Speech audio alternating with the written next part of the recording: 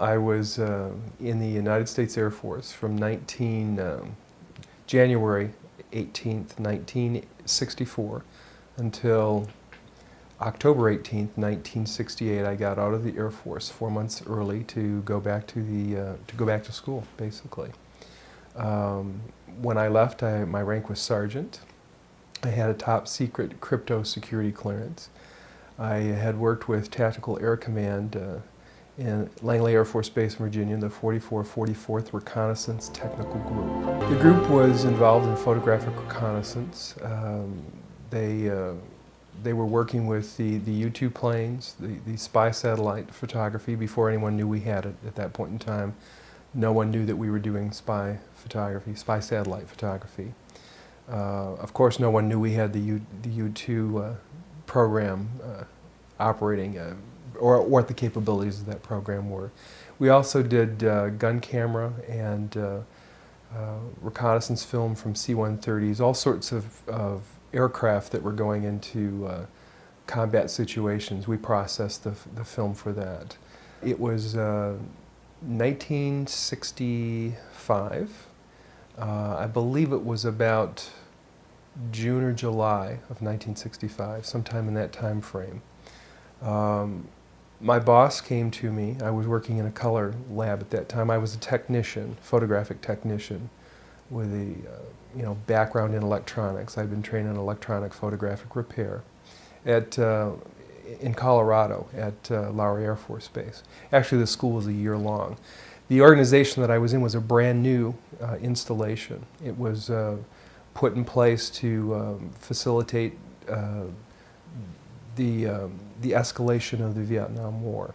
So we were in a new facility. I had come there in January of 1965 to start that facility up. We installed all the equipment. There were everything from printing presses. We were doing map making as well. We were also, one of the things we were involved in was doing automatic terrain sensing. We had simulators that did terrain. You put a huge map in the facility, in the simulator, a terrain map, and you flew a camera over that and did a recording of the terrain, and then they installed that film in a plane, and the plane could then fly in under radar. It was called ATRAN, and no one knew we had that capability at the time as well. So we were installing all of that equipment. At any rate, I was in a color lab one day when my boss, Staff Sergeant Taylor, came over to me and said that they were having a problem with some equipment on the base, and it was the first lunar orbiter program, where they had a mission to pretty much locate the first landing sites for the 1969 lunar mission for the astronauts. So at any rate, he said they were having some problem with equipment over there. It was a similar equipment that we had. It was computerized contact printing equipment. And he wanted to know if I would go over and take a look at it. And he said to me, it's an NSA facility. And at the time, I didn't know what NSA was. I was pretty naive, and I thought he said NASA. So in my mind, for a long time, I thought it was a NASA facility that I'd gone to. But I remembered him saying NSA and converting it in my own mind to NASA. And for viewers, the NSA is? It's the National Security Agency. And I didn't know much about the National Security Agency until probably 10 or 15 years ago. Now the interesting thing, when my boss came to me at that point in time, I only had a top secret security clearance. I didn't get my crypto security clearance for a few more weeks. It takes years to get a high-level security clearance like that, and they start that when you're in school. And only the honor graduates from these schools are the people who get the high-level security clearances. They also get to choose their duty assignment, which is really quite nice. It just was a fluke. I just happened to be well prepared for what I was doing when I went to school. And how did you get to be in a position where you actually were to deal with the material we are about to discuss? I was asked to go over to this facility on Langley Air Force Base where the NSA was bringing in the information from the lunar orbiter. And so I packed up some tools. I went over. I went into the facility. As I approached the facility, it was very lightly guarded. I mean, the base was under high security at any rate. I was surprised that there wasn't a higher level of security outside of the facility as I look back on it later. I went into the facility, I gave them my low-level security badge, they gave me a higher-level security badge. A couple of officers took me into this hangar. It was a very large hangar. As I walked in, there were people from other countries, a lot of foreign people from other countries in civilian clothes, with interpreters with them, with security badges hanging around their neck. And the first thing I thought to myself, if this is NASA, what are all these foreigners doing here? What are all these people from other countries speaking other language? Didn't make any sense to me. And I was really quite impressed with that. It just didn't grok. I was, what are all of these people doing here? And they were very quiet, very reserved, and there was a very peculiar pall hanging over them. They had a very concerned demeanor. Okay, so they took me into this laboratory. I took a look at the equipment. There was an airman second class in there. I was an airman second class as well. He turned the equipment on and put it through its paces. It didn't do what it was supposed to do. I saw what was going on with it. I said, I need to do some troubleshooting on it. It had little printed circuit boards in it with discrete components at that time. It was before we had integrated circuits. And I said to him, we'll have to take this thing out of the lab if we're going to work on it. We can't work on it in here in the darkroom environment. So he called someone to get some people to come in and move it. It was about the size of a small apartment refrigerator. It wasn't something you could easily move. So everyone left the facility, left the darkroom, except this airman second class and myself. And we're in, waiting for someone to come to remove this piece of equipment. So while I'm in there, I said to him, I'm really fascinated with this process. How did they get the images from the lunar orbiter to the laboratory here? And he went through the whole process, describing how the various radio telescopes around the world were linked, and they telemetered the data into Langley Field. And at the time, I didn't know what the real purpose of this darkroom and this operation in this facility was. I thought this was where they were bringing the data in and then releasing the images to the public. I had no idea that there were other issues involved in this facility. So he starts telling me all of this information, and I knew that what we were doing was classified anyway, and that he could only share a certain level of what he was doing with me because of the compartmentalized nature of our jobs. At any rate, he told me how everything worked. He showed me the equipment where the digital information came in, where it was converted to photographic images. They were doing 35 millimeter strips of film at that time, which were then assembled into 18.5 by 11 inch mosaics, they were called. There was a digital signature and a grayscale on every 35 millimeter strip. And those strips were from successive passes around the moon. And they would take and build up a photograph. They would scan one section of the moon, then another and another, and then they would get a larger image. So this mosaic then would be put in that contact printer, and that was then a print that was issued to whomever, the press, the scientist, whatever, wherever that was intended to go. So he was showing me how all this worked, and we walked over to one side of the lab, and he said, by the way, we've discovered a base on the back side of the moon. And I said, whose? What do you mean, whose? He said, yes, we've discovered a base on the backside of the moon. And at that point, I became frightened, and I was a little terrified, thinking to myself that if anybody walks in the room now, I know we're in jeopardy, we're in trouble, because he shouldn't be giving me this information. I was fascinated by it, but I also knew that he was overstepping a boundary that he shouldn't be stepping over. And then he pulled out one of these mosaics and showed this base, which had geometric shapes. There were towers, there were spherical buildings, there were very tall towers, and things that looked somewhat like radar dishes, but they were large structures. So I didn't say any more to him because I was concerned again that somebody was going to come in at any moment, would catch us having this conversation, and we would be in real trouble. I realized that he was telling me this information because he didn't have anybody else to talk to. Now, probably in that laboratory, he was probably one of the few enlisted people, and he was a worker bee. And he had a high-level security clearance, obviously, but he couldn't share that information with anybody else.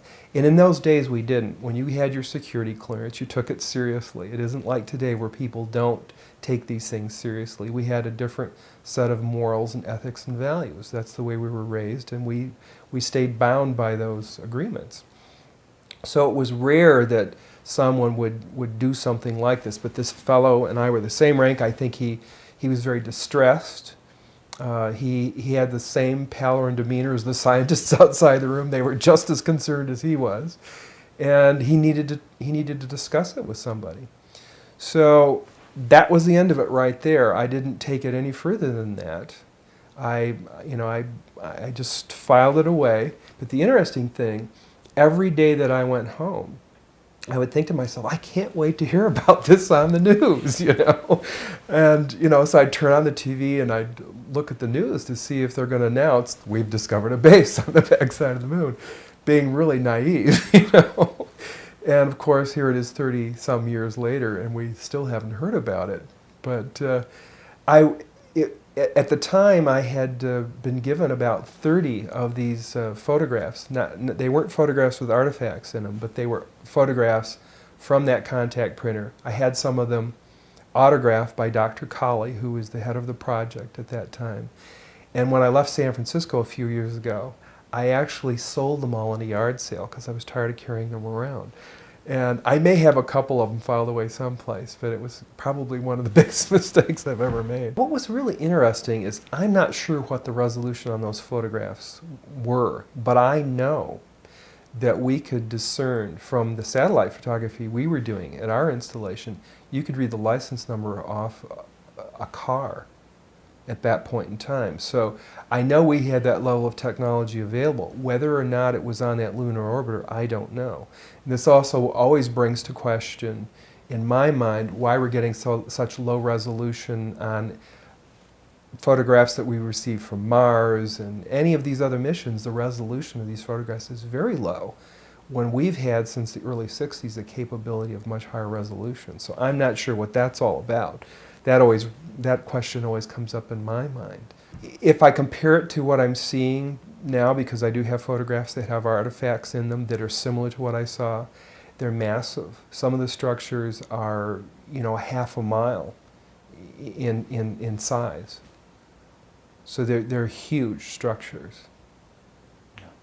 Yeah, and they're all different size structures in different photographs. You would have to have an above top secret security clearance, which generally would be cryptologic or above.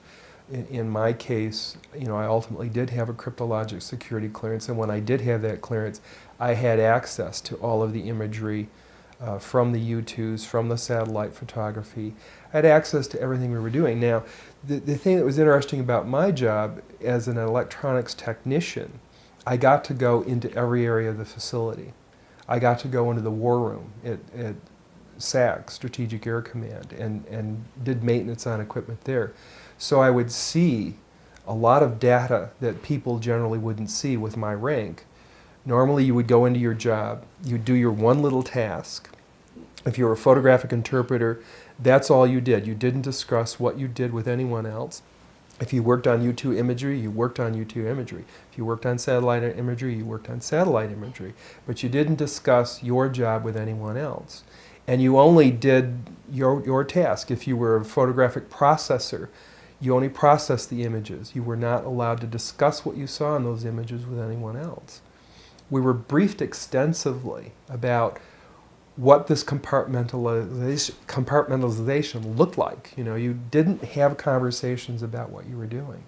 So for me, I got to go into all these different areas and see what each of these people were doing, and some of them did share what they were doing. They would have photographs of the missile emplacements above their desk that they'd discovered, or they'd have photographs of the missiles on the decks of the Russian aircraft carriers, or I'd see various fresh spoil from a satellite photography around a missile emplacement in the Sinai Peninsula, as an example.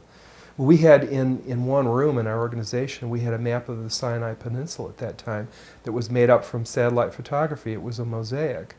And it was 60 feet high and 60 feet wide. It was massive with great detail.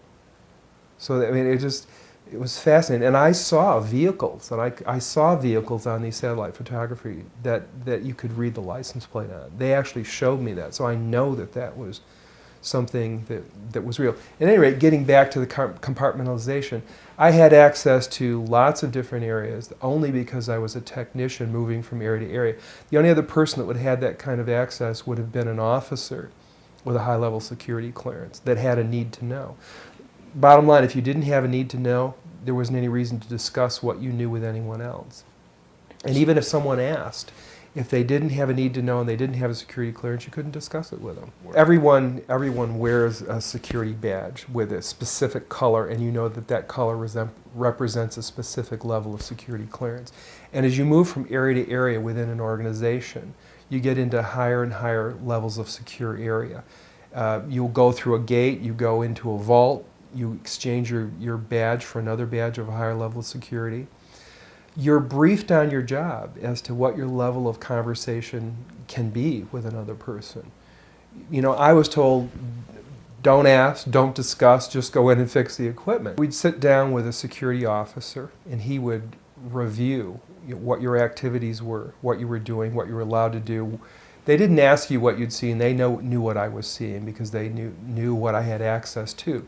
I was told to be very cautious when I was off base. I was told not to drink. I was told not to get intoxicated. I was told not to do drugs.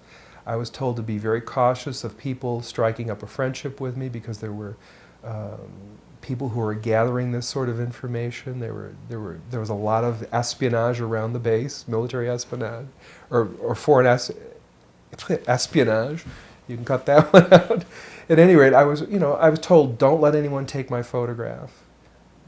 Be very cautious about where I traveled, when I traveled.